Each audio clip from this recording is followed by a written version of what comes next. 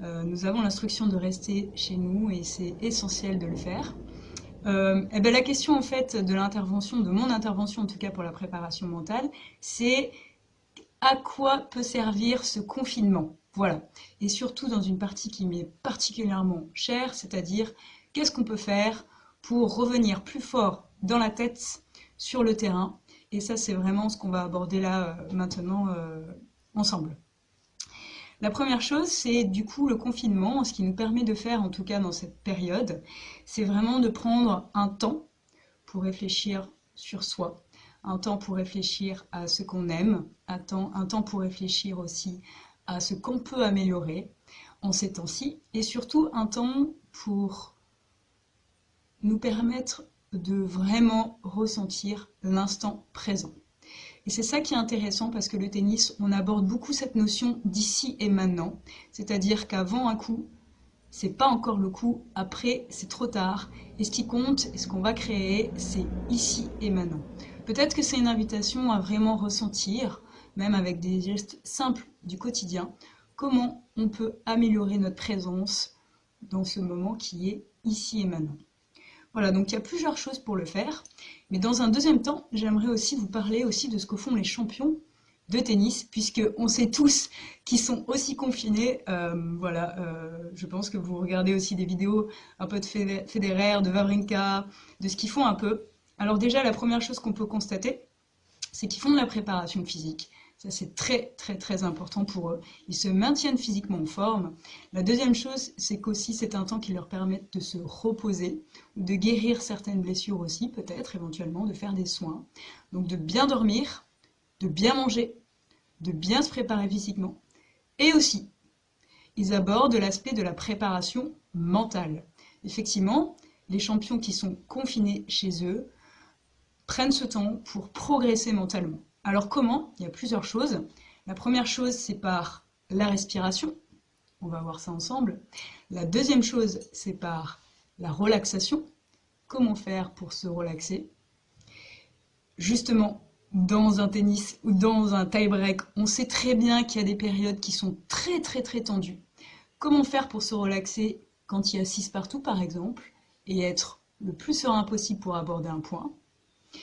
Et aussi, ils font de la visualisation. En effet, ils ne peuvent plus jouer au tennis, donc les choses qui nous permettent de progresser sans faire de tennis, c'est par la tête, c'est par le cerveau et c'est par la visualisation.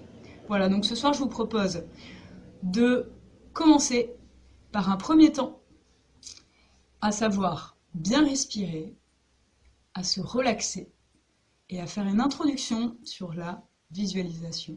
Voilà, allez c'est parti.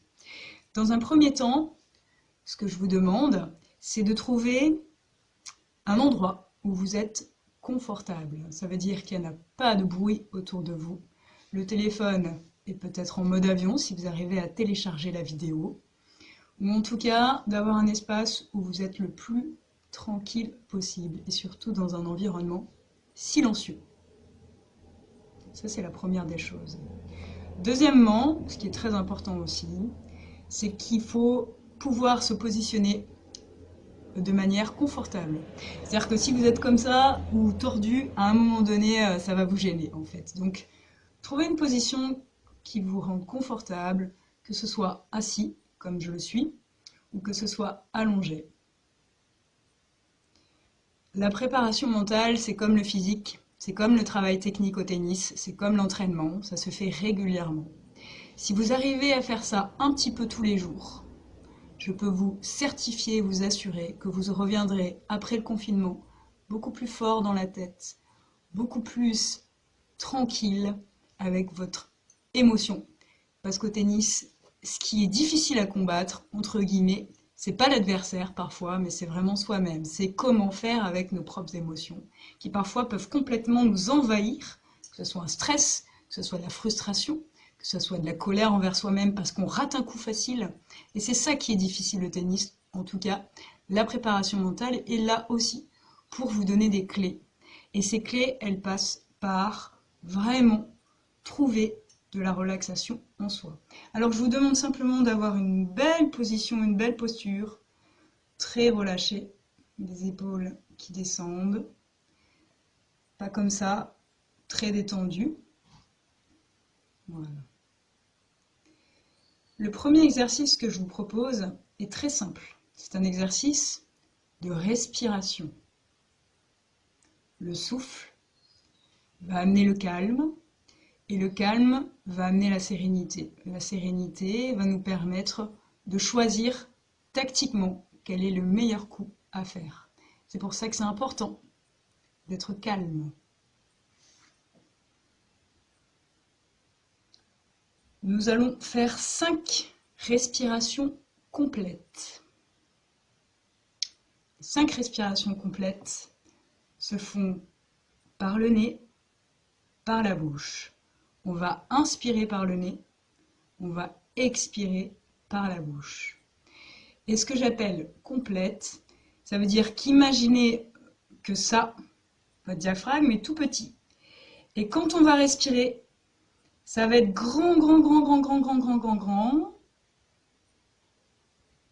Et j'expire à fond. Je vous montre une fois.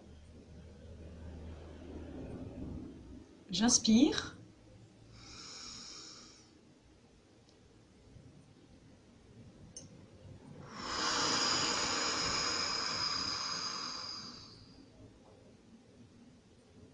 J'expire. Encore une fois. J'inspire.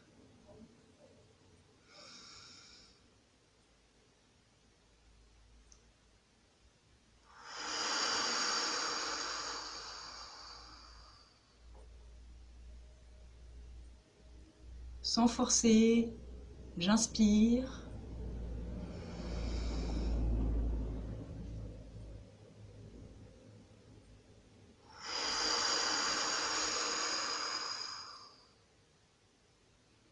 C'est une respiration qui est lente, qui est grande et qui est souple. Il ne s'agit pas de forcer. Non, c'est au contraire, c'est force, c'est respirer, expirer tranquillement. Voilà. On le fait encore 2 fois.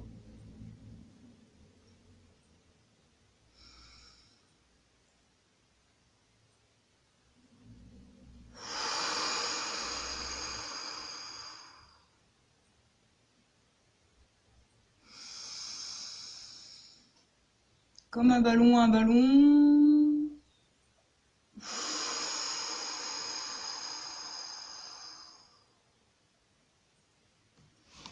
Déjà, si vous arrivez à faire ça de manière régulière, de manière consciente, c'est une très très bonne chose. Donc ça peut se faire tous les jours. Et la seule chose que je vous demande, c'est d'être très souple lors de l'inspiration et l'expiration. On utilise très très peu, mais très peu, du volume respiratoire qu'on peut faire. Et en fait, ce que je vous demande et l'invitation qu'il y a ici, c'est vraiment d'aller chercher une inspiration complète et une expiration complète. Ça, c'est le premier exercice. Le deuxième exercice, on va continuer sur de la respiration complète. Sauf qu'à l'inspiration, je vais vous demander, quand vous êtes en haut de l'inspiration, de bloquer 3 secondes. Et puis on expire, et en bas de l'expiration, on va bloquer 3 secondes. Ça donne. J'inspire, bloque,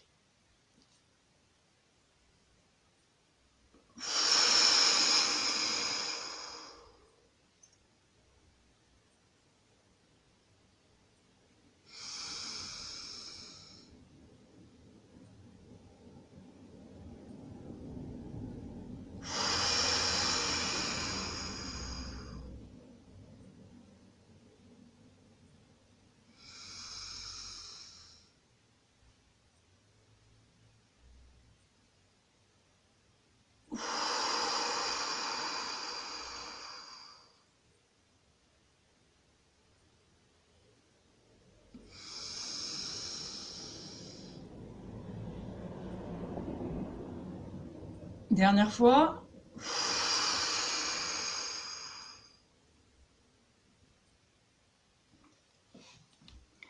Voilà, l'essentiel est de contrôler l'inspiration, de bloquer en haut, de tenir 3 secondes, pas 3 minutes, hein, 3 secondes, d'expirer, d'arriver en bas de l'expiration et de bloquer 3 secondes. Ça, c'est essentiel et c'est très intéressant. C'est un des exercices qu'utilisent des apnéistes lorsqu'ils doivent améliorer la qualité respiratoire et le volume respiratoire qu'ils peuvent inspirer et expirer. C'est très important. Dans un troisième temps, on va aborder la respiration ventrale. C'est la respiration qui permet le plus de pouvoir se détendre. Alors, figurez-vous qu'on respire beaucoup sans conscience. On respire, c'est inné. Mais en fait, ce qui est intéressant de voir, c'est que plus on va mobiliser les parties de son corps quand on respire, plus notre organisme est oxygéné et plus c'est intéressant aussi pour la récupération. Un organisme oxygéné et un organisme qui va bien. Je vous montre. Oups. Je vais poser mes mains sur mon ventre. Et je vais dans un premier temps prendre conscience de comment circule mon souffle et si mon ventre bouge quand je respire. Alors ça paraît tout simple, mais c'est pas évident.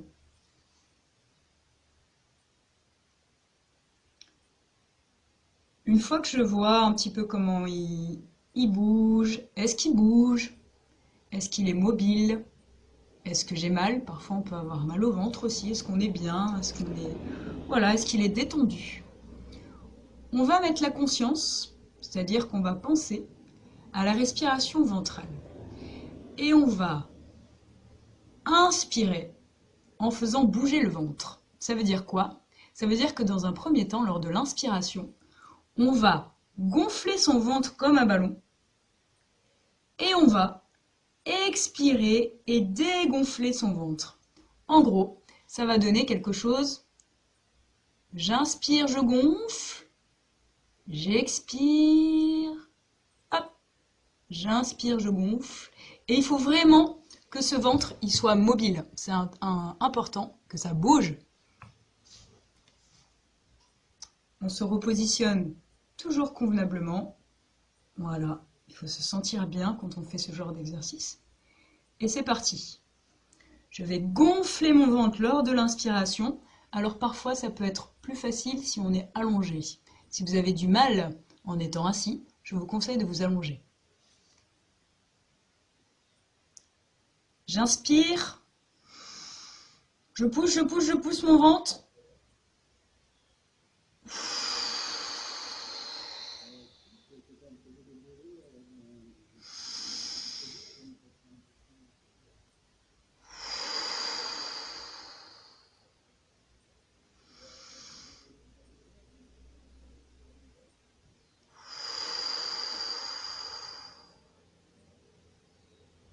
Sans forcer.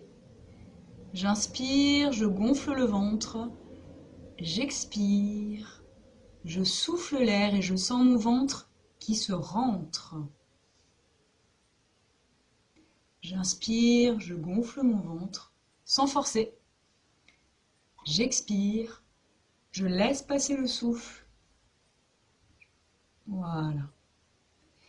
Alors, par vidéo, c'est pas évident parce que du coup, je peux pas vous montrer la mobilité de mon ventre parce que ça peut aussi être facilitant pour vous. Par contre, je pense que ceux qui m'ont eu déjà ont connaissance de ça et de ce ventre qui bouge et qui respire, qui bouge et qui respire. Vous pouvez le faire aussi le soir en vous endormant tranquillement, juste au moment du coucher. Vous mettez vos mains sur votre ventre et vous ressentez la respiration dans le ventre parce que c'est quelque chose qu'on fait très peu finalement et qui est intéressant à faire.